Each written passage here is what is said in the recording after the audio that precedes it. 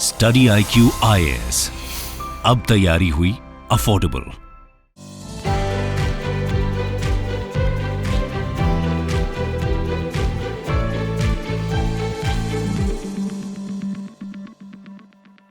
नमस्कार दोस्तों, स्वागत है आप सभी का स्टडी IQ में। मैं हूं आपका दोस्त राहुल सायगांवकर। दोस्तों, आज हम लोग एक बहुत ही जरूरी विषय पे चर्चा करने वाले हैं। ये पॉलिटी से जुड़ा हुआ डिस्कशन होगा। जैसे कि आप देख सकते हो, ये डिस्कशन होने वाला है डेथ पेनाल्टी से जुड़ा हुआ। आप यहाँ पे खबर देख सकते हो, death penalty case, Supreme Court refers the matter to a 5 जज constitution bench for framing the guidelines for the courts. तो इसी के ऊपर हमारी डिस्कशन चलेगी, डेथ पेनाल्टी के बारे में। क्यों सुप्रीम कोर्ट ने कॉन्स्टिट्यूशनल बेंच को रेफर किया है डेथ पेनाल्टी का issue for framing the guidelines, ये भी हम लोग समझेंगे। इनफैक्ट चलिए डिस्कशन शुरू करते हैं एक सवाल के साथ। Let's begin with a question.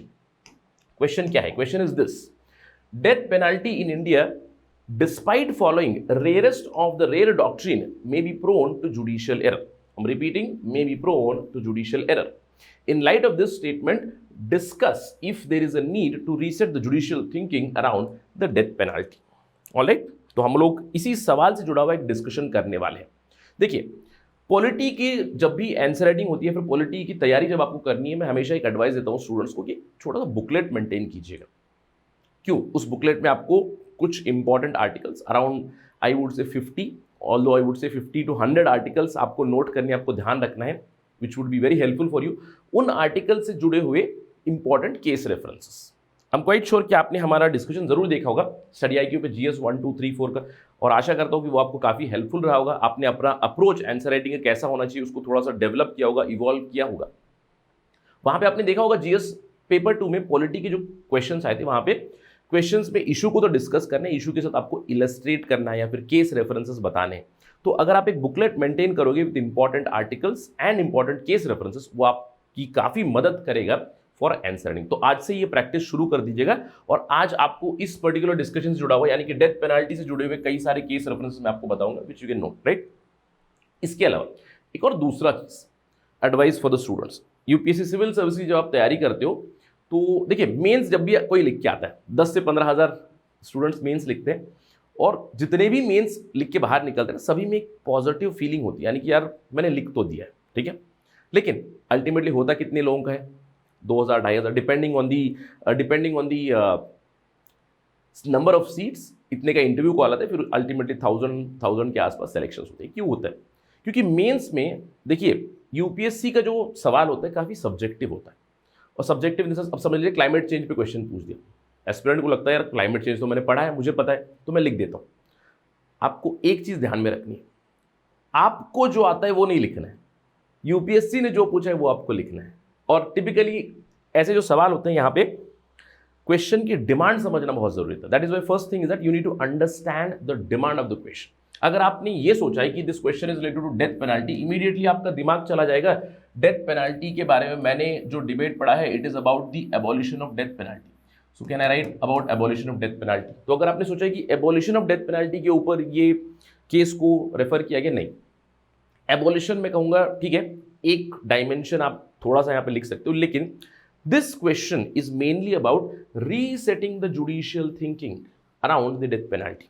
ध्यान रखिएगा इसको, it is about resetting the judicial thinking about death penalty. तो हम लोग समझते हैं एग्जैक्टली क्या है, will try to discuss that, right. इसके अलावा एबॉलिशन के ऊपर भी हम लोग थोड़ा सा डिस्कस जरूर करेंगे। तो ये मैंने एक्सरसाइज क्यों किया? क्योंकि मैं चाहता हूं कि आज से ही आप एक एक्सरसाइज शुरू कर दें। जब भी आप आंसर राइटिंग करो, जब भी आप कोई सवाल पढ़ो, उस सवाल की रिक्वायरमेंट को समझना सीखिएगा।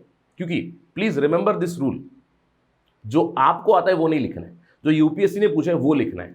इसको आप अभी मन मस्तिष्क में अंकित कर लीजिएगा।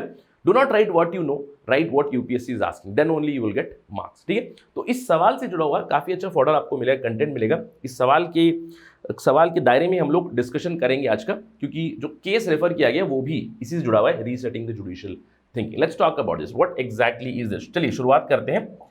जैसे कि मैंने आपको खबर बताई, हाल ही में डेथ पेनाल्टी का केस सुप्रीम कोर्ट ने रेफर किया हुआ है। डेथ पेनाल्टी इशू, इसको कॉन्स्टिट्यूशनल बेंच को दिया गया है for framing the guidelines for the courts, framing the guidelines for the courts, ये आपको ध्यान रखना है, ठीक है। चलिए समझते हैं सबसे पहले डेथ पेनाल्टी को, डेथ पेनाल्टी से जुड़ी हुई लीगैलिटी, उसके बाद स्टेटस, और समझते हैं ये पूरा इशू क्या है, ठीक है। सबसे पहले, क्या इंडिया में डेथ पेनल्टी लीगल है? यस, लीगल है, डेथ पेनल्टी है इंडिया में लीगल। अगर आप सेक्शन 53 देखो आईपीसी का, तो यहाँ पे आपको अलग अलग तरह की पनिशमेंट्स बताई गई है। अगर आप कुछ गलती करोगे, लॉ ब्रेक करोगे, तो आपको पनिशमेंट मिलेगी। किस तरह की पनिशमेंट मिलेगी? Death penalty, yes. दूसरा है इम्प्रिजनमेंट फॉर लाइफ, राइट, यानी कि लाइफ इंप्रिजनमेंट की भी सजा है। इसके अलावा नॉर्मल इंप्रिजनमेंट भी आपको मिलेगी, रिगरस इंप्रिजनमेंट हो सकती है, सिंपल इंप्रिजनमेंट हो सकती है, या फिर प्रॉपर्टी आपकी जब्त की जाती है, फाइन दिया जाता है। तो ये अलग अलग तरह की पनिशमेंट बताई गई, जिसमें we do know death penalty है। अब डेथ पेनल्टी इंडियन जूरिस्प्रूडेंस में लीगल है। इसके अलावा अगर हम लोग कॉन्स्टिट्यूशनल डायमेंशन से बात करें, कॉन्स्टिट्यूशनली क्या डेथ पेनल्टी को बताया गया है कॉन्स्टिट्यूशन में, देखिए एक पर्टिकुलर आर्टिकल है, आर्टिकल 21। अब आप थोड़ा सा शॉक हो रहेंगे, सर आर्टिकल 21 में तो राइट टू लाइफ की बात करते हैं। Yes, they talk about right to life.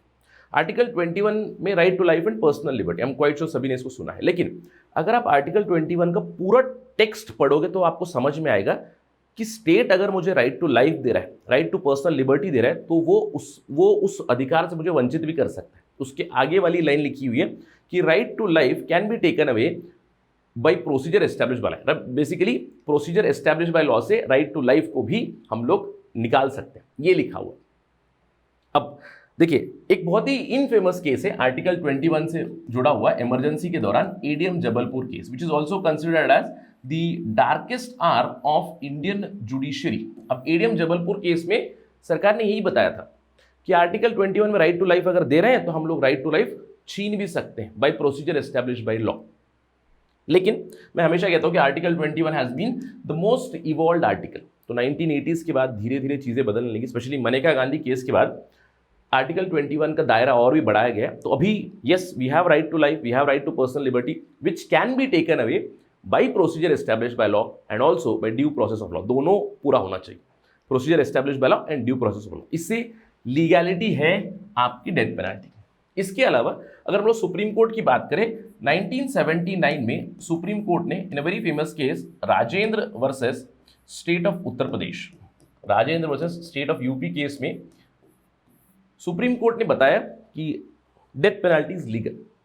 Although इस पर्टिकुलर केस में सवाल उठाया गया था जुडिशरी के सामने कि क्या डेथ पेनल्टी को अबॉलिश करने की जरूरत है, शुड बी अबॉलिश। तो सुप्रीम कोर्ट ने कहा कि ये हमारे डोमेन में नहीं आता, let us leave this domain of abolition of death penalty to the legislature, यानी कि संसद के ऊपर छोड़ दें। तो अभी तक हम लोगों ने क्या एस्टैब्लिश किया कि लीगल है, डेथ पेनल्टी लीगल है। और आपको ध्यान रखना है इंडिया में जब मैं कहूँगा डेथ पेनल्टी, सजाए मौत, आपने मूवीज वगैरह में देखा होगा कि ताज़ीरात हिंद दफ़ा 302 के तहत सजाए मौत दी जाती है। जब सजाए मौत दी गई मतलब कैसे, हैंग टिल डेथ, बेसिकली आपको फांसी की सजा मिलती है। अब ऐसा नहीं है कि आपको कुछ केमिकल दे दिया, पॉइजन दे दिया, वो यूएस वगैरह में चलता है, या फिर गिलोटीन कर दिया, या फिर पथराव कर दिया, ये सारी चीज़ें नहीं, मिडिवल चीज़ें नहीं है। Hang till death, that is the death penalty, right. तो अभी तक हम लोग एस्टैब्लिश करते हैं कि death penalty is as of now legal in India, ठीक है। अब सवाल ये उठता है कि कैपिटल पनिशमेंट या फिर डेथ पेनल्टी जो हाईएस्ट पेनल्टी है according to the law of the land, ये कब दी जा सकती है या फिर कब दी जाती है? क्या किसी भी केस में डेथ पेनल्टी मिलेगी? नहीं। आपको ध्यान रखना है कि इंडिया में डेथ पेनल्टी और कैपिटल पनिशमेंट, सजाए मौत, कब मिलती है? In the rarest of the rare cases. और जैसे कि मैंने आपको बताया, जैसे डेथ पेनल्टी है, आपके न्यूरॉन्स हिट होने चाहिए। Rarest of the rare cases, the doctrine was propounded in Bachan Singh versus state of Punjab in 1980 case, कि केवल रेयर एक्सेप्शनल केसेस में सजाई मौत दी जा सकती है। अब किन केसेस में? जैसे कि टेररिज्म से जुड़े हुए case, taking up arms against the state, यानी कि ट्रीजन केसेस, या फिर आपको सेक्शन 302 में मर्डर हो गया, या फिर 376 रेप से जुड़े हुए जो प्रोविजंस है उसमें भी डेथ पेनल्टी दी जा रही है। तो rarest of the rare cases में आपको डेथ पेनल्टी दी जा सकती है according to the Bachan Singh case verdict, जहां पे सुप्रीम कोर्ट ने कहा कि ह्यूमन लाइफ इज इंपॉर्टेंट और डेथ पेनल्टी केवल उन्हीं केसेस में देना चाहिए जहां पे आपके पास दूसरे सभी विकल्प हैव बीन फोरक्लोज्ड, दूसरे सारे विकल्प विद रिस्पेक्ट टू रिफॉर्मेशन, ये सारे बंद हो चुके, तभी आप डेथ पेनल्टी दे सकते हो, राइट। तो ये डॉक्ट्रिन दी गई। अब इनफैक्ट हमारा जो डिस्कशन हो रहा है, ये जो रेयरेस्ट ऑफ द रेयर क्या है, इसी के प्रति गाइडलाइंस फ्रेम करने के लिए सुप्रीम कोर्ट ने कॉन्स्टिट्यूशनल बेंच को रेफर किया। That is the basic understanding. चलिए अब देखते हैं कि इंडिया में डेथ पेनल्टी का स्टेटस क्या है। जैसे कि मैंने आपको बताया डेथ पेनल्टी लीगल है, डेथ पेनल्टी के प्रोविजंस मैंने आपको बताया, रेयरेस्ट और रेयर केसेस में डेथ पेनल्टी मिलती है। 1947 से अभी तक 720 एग्जीक्यूशंस अपेरेंटली हो चुके हैं इंडिया में। इनफैक्ट जब हम लोग डेथ पेनल्टी की बात करें तो इंडिया में एक डिवाइडिंग लाइन हम लोग डाल सकते हैं 1955 की। 1955 में क्या हुआ कि क्रिमिनल प्रोसीजर अमेंडमेंट एक्ट आया, जिसके तहत डेथ पेनाल्टी दी जा सकती ये बताया गया, लेकिन साथ ही साथ लाइफ इंप्रिजनमेंट भी आ गया। आपको ध्यान रखना है कि ब्रिटिश के टाइम्स में आपने सुना होगा कि ब्रिटिश ने सजाए मौत दे दी, कैपिटल पनिशमेंट दे दी, which was very very prominent. India में चीजें बदल चुकी है, यानी कि death penalty rarest of the rare case में दी जाती है। लाइफ इंप्रिजनमेंट, अगर हीनस क्राइम भी हो तो लाइफ इंप्रिजनमेंट का प्रोविजन आ चुका है। तो चीजें बदल चुकी है 1955 के बाद। उससे पहले डेथ पेनाल्टी काफी प्रिवेलेंट थी। इनफैक्ट अगर हम लोग दिसंबर 2021 की बात करें तो अभी 488 कॉन्विक्ट्स हैं जो अभी फिलहाल डेथ रो पे है। डेथ रो पे यानी कि उन्हें सजाई मौत दी गई है। अगर हम लोग इस डेटा को थोड़ा सा क्लोजली और ऑब्जर्व करें, जैसे कि मैंने आपको बताया कि दिसंबर 2021 तक 488 total number of prisoners on death row 31 दिसंबर 2021। इससे एक साल पहले कितने थे? 404, यानी कि अप्रोक्सीमेटली एक साल में मैं कहूंगा 84 न्यू कॉन्विक्ट्स, 84 लोगों को सजा दी गई है। अब आपको ध्यान रखना है कि सजा कौन दे सकता है। डेथ पेनाल्टी से जुड़े हुए provisions, supreme court yes, high court yes, sessions court भी दे सकता है। और लेकिन आपको ध्यान रखना है, अगर सेशन कोर्ट्स ने कैपिटल पनिशमेंट दी है, डेथ पेनाल्टी दी है, तो उसको हाई कोर्ट को सैंक्शन यानी कि यस करना पड़ेगा, तभी वो एग्जीक्यूट हो सकती है। आपको यहाँ पे अलग अलग राज्यों का भी डेटा दिखेगा। महाराष्ट्र में 41, मध्य प्रदेश 31, कर्नाटका 28, तमिलनाडु 18, अलग अलग राज्यों में कितने डेथ रो कॉन्विक्ट्स है ये भी आप देख सकते हो। तो अभी हम लोगों ने देखा कि death row convicts number is increasing. अभी भी इंडिया में डेथ पेनल्टी काफी दी जा रही है, लेकिन 1947 के बाद rarest of the rare cases में आपने देखा 720 एग्जीक्यूशंस अभी तक हो चुके हैं पिछले 75 सालों, right. So this has been established. अब सवाल ये उठता है कि जो डेथ पेनल्टी है कि वो होनी चाहिए नहीं, या फिर मैं कहूँगा नॉर्मली पनिशमेंट क्यों मिलती है। पनिशमेंट का कॉन्सेप्ट होता है कि आप रिफॉर्म हो या फिर आपको सजा दे। ये दो पहलू है पनिशमेंट्स के, और इसी में डेथ पेनल्टी भी आता है। Whenever we talk about punishment, whatever punishment it is, तो वो किस हिसाब से होनी चाहिए या फिर किस बिना पे होनी चाहिए। Should it be on the basis of retribution और should it be on the basis of reformation. अब हम लोग डेथ पेनल्टी की बात करें तो पूरा विश्व भी इसमें डिवाइडेड है। इंडिया में हम लोग अब जो छोटा डिस्कशन करने वाले, it is about abolishment of death penalty, right. देखिए इंडिया में इसके ऊपर भी चर्चा हो चुकी है कि डेथ पेनल्टी किस वजह से होनी चाहिए। क्या वो रेट्रीब्यूटिव होनी चाहिए या फिर क्या वो वेंजफुल होनी चाहिए कि अगर किसी ने मेरे साथ कोई गलती की, मैं चाहता हूं कि भाई उसको सजाए मौत हो जाए। रेट्रीब्यूशन, वेंजेंस, क्या इस बेसिस पे होनी चाहिए।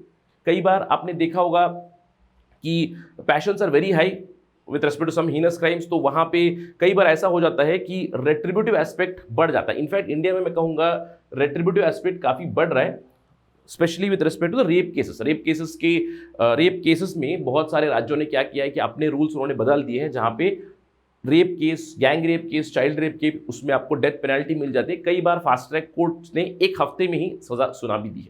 तो एक एस्पेक्ट है रेट्रीब्यूशन का, बदले का, या फिर death penalty as a deterrence भी कई लोग बताते हैं। डिटरेंस मतलब डेथ पेनल्टी का अगर डर है तो लोग क्राइम नहीं करेंगे। ऑल्दो इसके ऊपर बहुत सारा आपको लिटरेचर मिल जाएगा कि death penalty is not an effective deterrent, यानी कि डेथ पेनल्टी के बावजूद क्राइम रेट बहुत ज्यादा हो। तो एक तरफ है ये कि डेथ पेनल्टी एज रेट्रीब्यूशन, और दूसरी तरफ है death penalty as reformation. Reformation मतलब किसी ने गलती कर दी है, क्या उसको गलती सुधारने का मौका मिलना चाहिए, क्योंकि डेथ पेनल्टी में रिफॉर्मेशन का मौका नहीं मिल रहा है, इंसान की तो जान खत्म हो रही है, तो क्या उसको रिफॉर्म होने का मौका मिलना चाहिए। आपको याद होगा 2013 में हीनस केस, निर्भया केस में 6 कॉन्विक्ट्स थे। 6 कॉन्विक्ट्स में से एक ने आत्महत्या कर ली, 4 को सजाए मौत मिली। 2020 में दे वर हैंग्ड टिल डेथ। एक कॉन्विक्ट था जो नाबालिग था, जुवेनाइल था, तो उसको 3 साल की सजा मिल, right now he is in society. तो रिफॉर्मेशन का एस्पेक्ट भी है। India tries to bring a balance between these two, ठीक है। इसके अलावा ह्यूमन लाइफ की क्या वैल्यू है ये भी बताते हैं। तो जो देश हैं जो इस तरफ है कि रिफॉर्मेशन का मौका मिलना चाहिए, human life is very very valuable, तो वहां पे उन्होंने डेथ पेनल्टी को एबॉलिश कर दिया है। दूसरे कुछ देश है जहां पे अभी भी सजाए मौत होती है। अगर आप इस मैप को देखें, यहाँ पे पता चलेगा आपको जो ग्रीन कंट्रीज है दे आर अबॉलिशर्स, यानी कि डेथ पेनल्टी को उन्होंने खत्म कर दिया। आप देख सकते हो कनाडा हो गया, ग्रीनलैंड हो गया, मेजॉरिटी पार्ट्स ऑफ यूरोप हो गया, आपको सेंट्रल एशिया हो गया, ऑस्ट्रेलिया, न्यूजीलैंड, इन लोगों ने डेथ पेनल्टी को अबॉलिश कर दिया। यानी कि आप कोई भी क्राइम करें यहाँ पे आपको डेथ पेनल्टी नहीं मिलती है। लेकिन कुछ राज्य हैं जहां पे एबोलिशनिस्ट इन प्रैक्टिस है, जहां पे कहीं कहीं रिटेन किया गया फॉर सीरियस क्राइम, जैसे ब्राजील में ओनली फॉर सीरियस क्राइम्स। अगर हम लोग यूएस की बात करें, यूएस में कुछ राज्य हैं जो अबॉलिश कर चुके हैं, कुछ राज्य हैं जिन्होंने अबॉलिश नहीं किया। इंडिया की बात करें तो India has rather retained it. मैंने आपको इसकी लीगैलिटी के बारे में बताया कि India has retained the death penalty, तो इंडिया में अभी फिलहाल है। इनफैक्ट ये भी एक डिबेट चलता है कि अबॉलिश होना चाहिए कि नहीं होना चाहिए।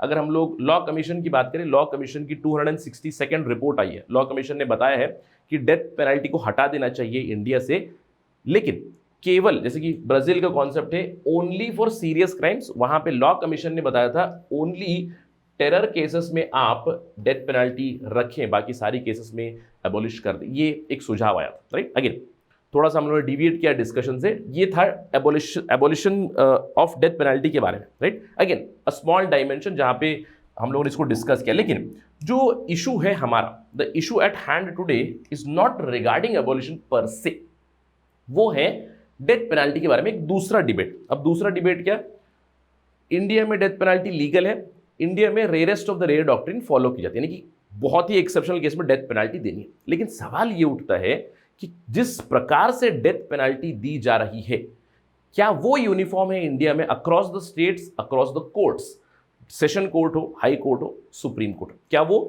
क्या वो कंसिस्टेंट चल रहा है? The answer would be no. इसी के चलते गाइडलाइंस फ्रेम करने की बात की है। इनफैक्ट एक बहुत ही इंपॉर्टेंट केस था 2019 का Mannar versus state of Bihar में। सुप्रीम कोर्ट ने खुद ही कहा rarest of the rare case में भी केवल ग्रूसम और हीनसनेस ऑफ द क्राइम, केवल ये फैक्टर्स नहीं बनते। तो सवाल ये उठता है कि how do you define rarest of the rare?